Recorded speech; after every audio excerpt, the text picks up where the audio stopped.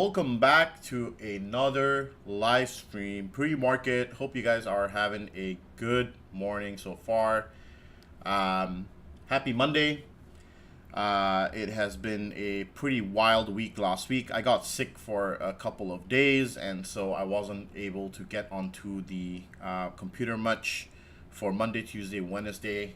Ended up trading the rest of the week for about $10,000 in profits.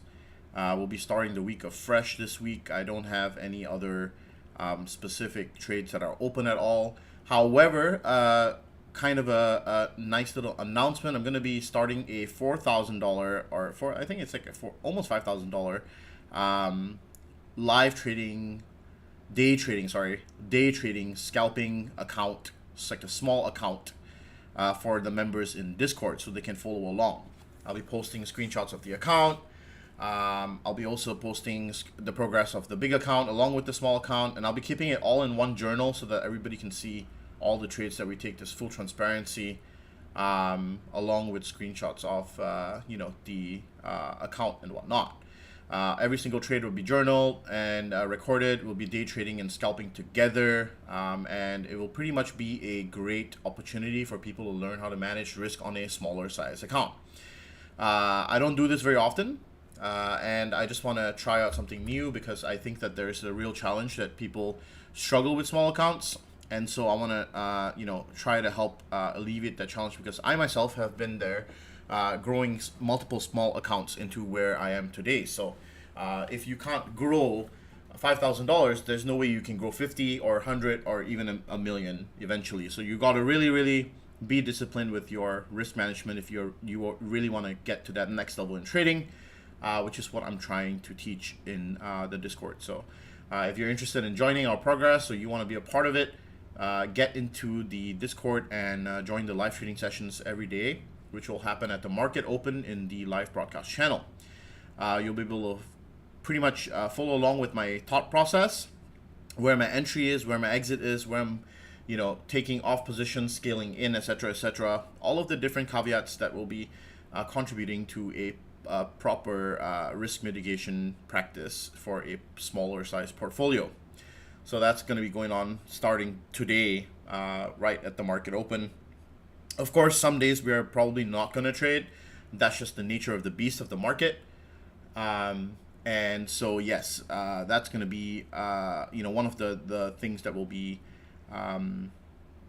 we'll have to deal with those days, obviously. Did I hear a small account challenge? Is this for your Discord members? Yes, small account challenge, correct. It's going to be a $4,000 account starting. And yes, it's only for Discord members. So I would say it's damn well worth, being a member of the Discord just to kind of learn or trade along with me. I know that majority of people feel like, oh, this guy has such a big portfolio, so maybe they don't want to, give that an opportunity. So I'm trying to alleviate all of those things. If you're a smaller account, you should still be able to be profitable just using the same risk management tools. Thank you all for attending the stream this morning. We have a lot to unpack, so I'm going to get to it in just a second here. I just wanted to make that announcement about the small account challenge. And remember to subscribe and like if this is your first time here. Appreciate you guys taking the time out to be here. Okay, we have a lot to unpack, so I'm going to get to it. First of all, what happened on Friday? And if you had received our newsletter covers a lot of information jam-packed from what happened last week. There was a newsletter that just pretty much popped out. I want to say Sunday night, right? I think I sent it out Sunday night. And the newsletter pretty much covers all of the basis for what happened last week and also what to expect this week. So let's go through the macro backdrop, and then we're going to look at other avenues for the technicals. And then once that is done, feel free to drop your tickers into the comments so that I can break down those whatever stocks that you guys want me to chart for you or give you my opinions on. So keep your put your tickers in the chat, and I will look at it after I'm done with everything. All right. Sounds good. Let's get this done. Okay, so from a macro perspective, last Friday was a Jackson Hole meeting with the Fed. Now, the market has been really anticipating this event for a while. So it has been really choppy the whole of last week. We did also on this live stream for multiple weeks, almost coming to a month now, talk about the 4,300 level and the 4,200 level being a resistance, and we had already carefully planned our trading plan around that level to exit our positions. We were not taking any more bullish positions over here. In fact, we were starting to build an arsenal of bearish positions, and then we were taking exposure in other sectors like energy, right, where we saw bullish positioning. So we kind of perfectly played that. And then last week, you can see we played short on financials. We played Airbnb short, very small one. This was a scalp position. We played a short on semiconductors, which continued to be bearish. Snap pullback on semiconductors, but then it continued to be bearish. And then long energy plays. Some of them worked, some of them didn't work. Net profit in the end, but because of the Jackson Hole meeting, this position ended up reversing against us, but I cut it very quickly. You can see at a 20% loss there. And then not to mention a SPX put, which paid out very massively throughout the entire day. This was on Friday right after the Powell meeting. So that was something that we were actively kind of managing throughout the last 2 days. This is only 2 days worth of trades because I only traded for 2 days last week because of how sick I was, and I managed to squeeze in quite a bit of gunpowder or managed to pay quite a few bills with that. So we appreciate it. I've been watching for a while, man. Love your stuff. Oh, no problem, man, Preston. That's really kind of you to say thank you. I appreciate you taking the time out to be here. Trust me, it's the consistency of showing up is more important than anything that I value. So from the macro perspective, first of all, we got to give credit to Jay Powell, right? Jay Powell has been having a tough time, and also you got to realize that he has been talking from both sides of his mouth very recently, like I think from the past couple of Fed meetings. And then also, he's been kind of having a tough time balancing the act of do we go hawkish, kind of wording, or do we go dovish wording? And he's been fighting with that, and he's been kind of being in the middle, very balanced. He's been trying to strike a balance between both. And this is the first time that he has gone full hawk. He's gone full hawk. You know what? That deserves some respect for a Fed chairman to do that, because that creates price instability majority of the time. And the last time that Feds went full hawk were only a few. There are only a few Fed chairmen that have had the audacity or the balls to do this. The first being Volcker, which was during the first 1986, I believe, inflation crisis. And then he stepped in and engineered a recession pretty much in order to ease credit cycles. Then after that was Bernanke after the Bernanke was pre-2008 financial crisis. There's many people who say Bernanke caused the 2008 financial crisis. It was 2004. That was also when inflation was higher, and that was just before the subprime mortgage crisis. Obviously, I don't expect you guys to know this. This is just fun facts for you guys to listen into and learn about the history of finance and why it's so interesting to know about the history and know how it's unfolding in the current times, because you learn all this stuff when you go through a master's in finance or your bachelor's in finance, and you learn about all these people. For example, Volcker has the Volcker Rule. Volcker has a lot of actual academic papers written about him and stuff like that as well. So Powell kind of didn't have a nuanced message this time. He said pretty much that he's going to have a do whatever it takes to get it done kind of attitude, but doing so without getting trapped in a forward guidance game, which the Fed has had trouble in the past with. Like every single time they give some forward guidance, the Fed always gets its tongue get caught. So this time around, he did a pretty good job putting that speech together, in my opinion. And this now obviously has increased the likelihood of a 75 basis point rate hike in the next meeting, which before was more than likely still a kind of a concern about the bond market. Bond market was kind of pricing in a more a pause in 2023, but now we're kind of looking at full steam ahead of tightening. So that is something that we were kind of following along on Friday. And that's kind of the econ backdrop where what everything is going to be talked about in the next couple of days, or that's going to be what the market's going to focus on. Now, if we get into technical details of what this market has been about We've still been in a downtrend. I mentioned that we're still not out of the woods, even if we did break into a higher high situation. We need to still form that higher low, right? So we're coming off that lower high, lower low, and then lower low, lower low, lower low. But then now, after making one high, a higher high from here to here, we now need a higher low as well. We need to bounce somewhere here. So what is that level projected for SPX? We're looking for a 39.10 bounce. 39.10, or it can be also 38.55. Those are the two levels. 38.56 or 38.55. Let's just call it 38.50, and pretty much anywhere in this zone is a bounce zone right here. Okay. 39.10, 38.50. That's the two levels that I'm looking at for potential bounce. The green box right here is also a possible bounce zone. But it's unlikely that we will bounce on the upper range of this box. It's probably on the lower range of this box. So actually, if we were to draw this right, we're probably looking at something like this, to be honest. 38.50 all the way up to around 39.50. So you're looking at about a 100-point spread for a potential bounce on SPX here. And this kind of opens up for a variety of different things. First things first, Nasdaq has a little bit of room to run further down. Nasdaq bounce should come in around 11,858 all the way up to 12. Let me see here. Let's say 12,000 to 12,300. So you have about a 300-point spread on the Nasdaq here instead. And then on top of all of this, look at what we have on the dollar index. We had a huge breakout earlier, and now we're actually having a reversal. So a lot of cushioning here, and I did mention this on, I don't know if any of you attended the live that I held on IG over the weekend. I had a short live session while I was doing charting for the weekend and kind of putting together our snipe list for the Discord. But the idea is, I feel like because this was a news-related event, where we had abnormal amount of selling that happened in such a short period of time, I am of the view that we might get a snap buyback, kind of a very quick buy up.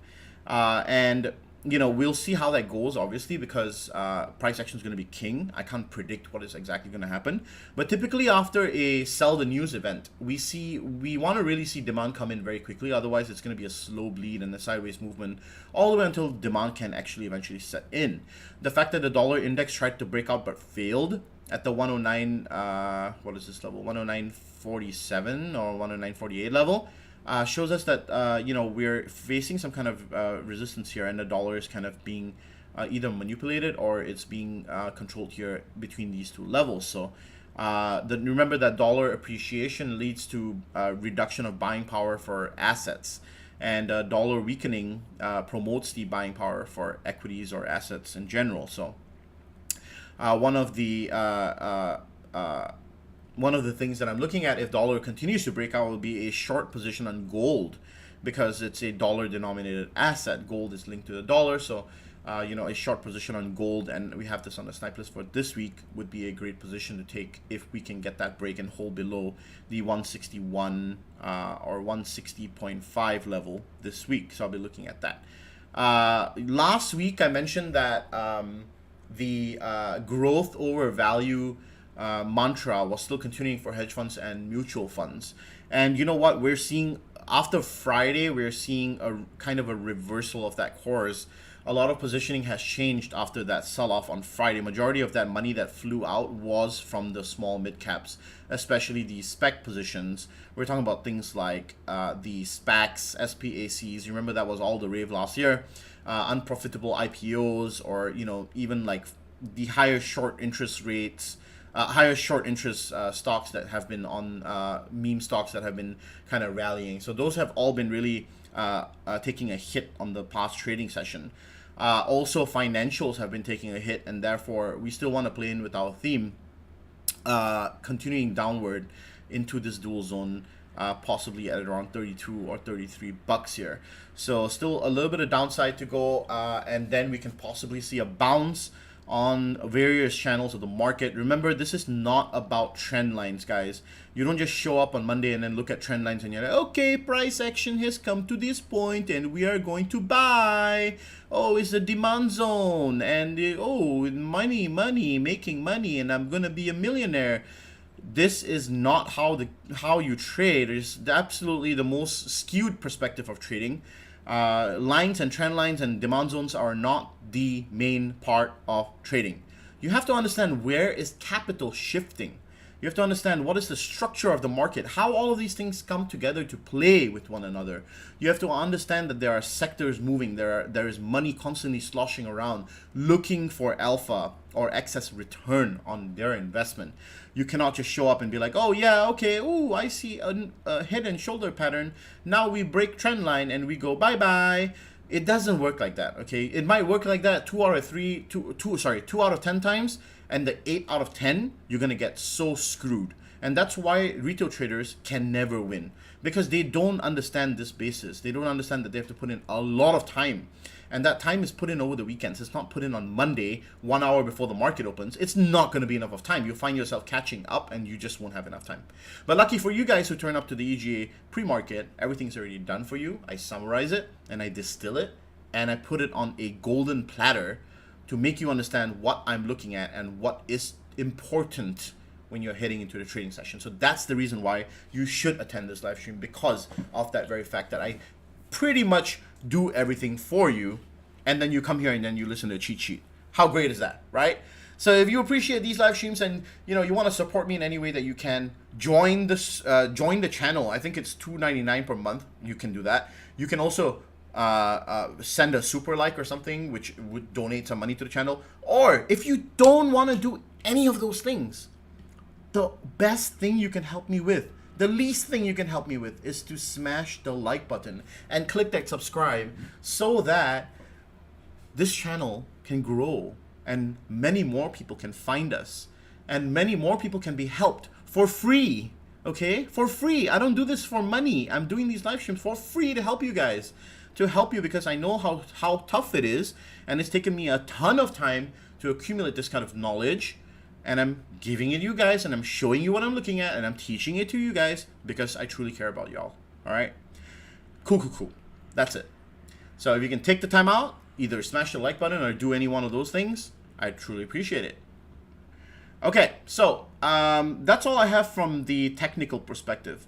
In other words, to summarize what I just spoke about, we have a little bit of downside, but we're looking for a bounce. And after that bounce arrives and we have a confirmation, we will be ready to load the next barrel to the upside, provided we can see positioning improving and people covering their shorts, which they have taken on Friday. Majority of them were rolling down their options. We saw institutions taking huge contracts that were expiring in October. We don't know when they're going to close it out. They could have closed it out even Friday. So I'll be looking at the market open today to see if those open interests have changed on those contracts. And then we'll know for sure. That's another perk of being on the Discord. You get all that kind of information. We have algos that are constantly tracking all these things. For example, if people open up SPY contracts on Friday, how much of the open interest was eaten up, and then on Monday, how much is that open interest going to change? So on Tuesday, we'll know whether they're still in those short positions or if they are no longer in the short positions, and that helps drastically if you're a part of the Discord, so that you can kind of know where the positioning of these market makers are, okay, especially their gamma exposure and whatnot. Okay, let's see, some opportunities. Netflix, if it breaks below 220 here, pre-market, probably looking for a flush down at 210, 211. I'll be looking to play that one if we can get momentum going there. Then we have AMD also breaking down from this bull flag. Looking like it already broke down a key level here. Next stop is going to be $85 pretty much. And so we'll be looking for a pullback, obviously, on everything before we take any short positions.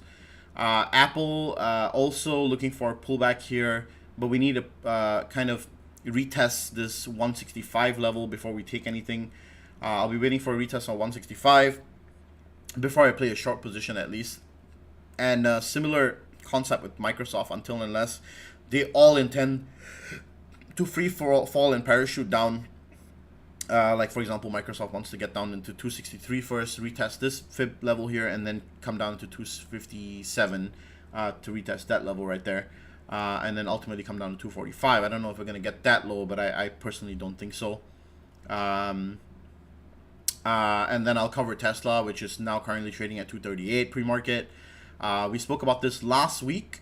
And I also spoke about this on the live. I can guarantee you that a lot of people got smacked around at this Tesla sell-off right here. A lot of people were like, oh, it broke below the channel and now we can take a short position. And then it ended up trading upwards and squeezing everybody out. And now that it's, again, gapping down and clearing below this level here, this is a key level here. We are likely to, you know, see this kind of continue to retest 280, which is the key level for Tesla this intraday trading session. 280 is going to be a big level for Tesla. If it breaks below 280, then we likely see some, you know, price action manipulation down into 275, 268. If it can hold below, I kind of want to see it go and retest 288 first before any of this, obviously. Don't know why I'm looking at NEO. I don't need NEO. Let me see here. Excuse me. Still having a cough from last week, so. And then there's the ARK fund, which I'm also looking at for a retest of the 42 level, 4270 level, or 43. And then see if I can take a short position here. If not, if it bounces hard, it can still bounce hard here. Then we can take a long position instead. I like the long exposure better than the short exposure, of course. Hey T, happy Monday. What's your outlook on semis, AMD, Intel for the rest of the year into the next year? This is a very broad topic which I have covered at length, but let me give you the short answer because I maybe feel that you have never been on this live, pre-market live, and if you haven't been on the pre-market live, then welcome into the pre-market live. I appreciate you taking your time out to be here. Semiconductors are in the bust cycle of their boom-bust cycle. For those of you that do not know, semiconductors are a cyclical market. So cyclical means that they move in a cycle. And when semiconductor cycles move in a cycle, they are pretty much, they go from a area of undersupply to oversupply to over demand and under demand. So we had, during the period of COVID, the huge rush of digitization. What happened was, sorry, I'm trying to find the cycle. There we go. Here we go. Okay. I hope that it opens up. Okay, this kind of explains it, but I found a better one before. If I find the other one, I'll show it to you next time. You need to understand that semiconductors go through this same cycle every single time. Okay, pretty much you have, think about, this is COVID, okay, post-COVID 2020, all right, huge demand increase for semiconductors, right? And this was when AMD and NVIDIA released their new chips. Do you guys remember that? This was when NVIDIA released, I don't know, what was it, their chip that they released. AMD released the Ryzen series. I think it was Ryzen 5000 or Ryzen 8000, something along those lines. I'm sorry, I'm not really good with the names of the chips, but just know that they released new chips pretty much at the same time the pandemic was happening. And during this time, there was a huge electrification, digitization of entire markets. Markets were revamping because of the pandemic, right? So what happened? Demand increased big time, right? Huge demand increase. Then capacity of these supply of these chips started to tighten. We had supply drop, right? And then what happened? Semiconductor prices went crazy. Do you guys remember that? 2020 end all the way to 2021, we had prices going crazy, right? Then what happened after that?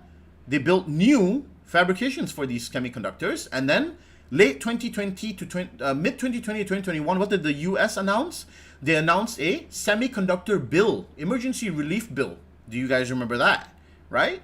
And then they pushed a huge wave of new semiconductors, and now people are thinking that there's still a semiconductor shortage, but actually we are already alleviating that shortage. So now what's starting to happen is we are slowly getting into overcapacity, and we're starting to have supply now more than demand. Now that the lockdowns are easing, people are starting to go out. We don't need that many semiconductors. People are not going crazy. Also, you have all the mining that has stopped from Bitcoin and all that. People are not going crazy about mining Bitcoin anymore. Not buying all these high-priced GPUs, right?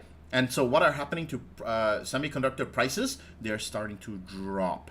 Okay, and when this happens, the market is automatically pricing in every single part of this cycle. So right now, the market is already pricing in pricing drops. And that's the reason why the semiconductor market is in shambles. Okay, it's in ruins. It's been selling off and selling off and selling off and selling off like a cycle. You can literally see the cycle. Okay, you can literally see it. You'll see waves, waves, waves, waves, waves, and it's just that now the waves are starting to get more exaggerated. That's all. Okay.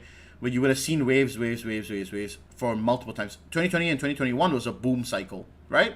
And now we're seeing that bust cycle come through, and then we'll have that period of consolidation for a little bit, and then boom, we'll start going on the next wave for the boom cycle again. So you have to understand what is the structure of the market, first of all, before you even start thinking about, oh, hey, what do I look at for these individual stocks, okay? You have to understand that this whole market, the whole sector is in a bust cycle right now. The prices are expected to drop, and that's going to cause profit margins to drop. And with a already tough economy that is struggling in terms of expansion, semiconductors might hold up. But we are seeing these companies start to struggle, right? We're seeing them start to struggle. So we have to understand that first, okay? Now that you understand that, now you can move into NVIDIA and this and that and this and that and start doing your charting. Comprende? Does that make sense, Chris? I hope that makes sense. Okay, so now you can understand why semiconductors have dropped so much. Now that you know why they dropped so much, now you can start to analyze, okay, now what are we coming back to? We are coming back to 2021 base prices, right? 2021 base prices were still elevated, and actually for the most of 2020 mid all the way to 2021 May, so October 2020, August 2020 to May 2021, we had semiconductors in NVIDIA specifically in a flat plateau. This was during the period when they were going through shortages, and then it boom, we rose out because they were expecting increased demand here to be sold, all of those production to be consumed, right? So now we're looking at all of this being sold here, and then we're looking at profit margins deteriorate. This was the profit margins deteriorating, da da da da da. And now we need to see semiconductors, we need to see SMH break above 195, 196, okay? 196 is the level for us to break out of this cycle, right? And you're talking about strictly from a trading perspective, from a technical perspective, this is the level 197, 196, right? That has to be the level where we see pretty much some kind of a price action reversal, okay? So it has to be above here. And if you're looking at where they're going to go for the time being, well, they could continue to go further down. NVIDIA has just recently broken this flag once again, and we need to see a retest of some obvious levels, which are going to be 165 or even higher if possible. 165 is a great level to retest. If we can get up to 165 and reject it, then I'll be likely taking a short position on NVIDIA for 158 or 152 to play down into the extensions on the Fibonacci here. Okay, so that's, as I said, I can't really do the breakdown on semiconductors without explaining everything, but that's the best I can do for you.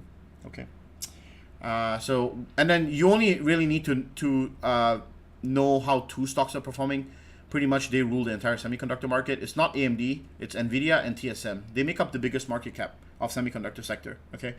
So if you know how TSM and NVIDIA are going to perform, then you know how the entire semiconductor market is going to perform. AMD is relatively a small business in terms of where they, how much of semiconductors they produce, even though they do produce a sizable amount, and the semiconductors that they produce are for hardware, PC hardware, etc. Okay. All right.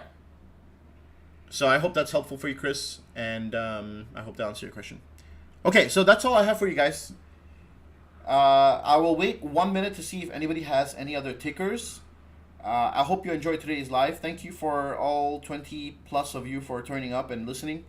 25 of you, and I truly appreciate you guys being here. Remember to leave a like if you can. and subscribe if you haven't yet.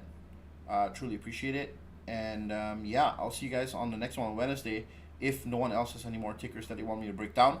I mean, I pretty much did most of them already at this point.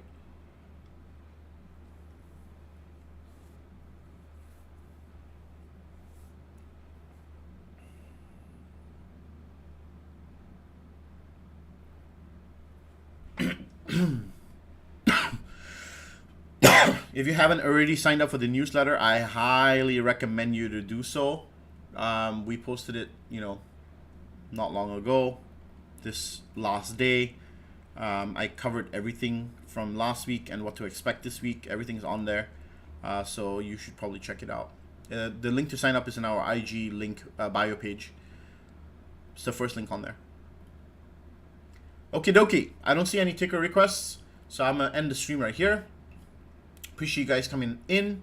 Have a great rest of your trading day, and I'll see you guys on the next one on Wednesday.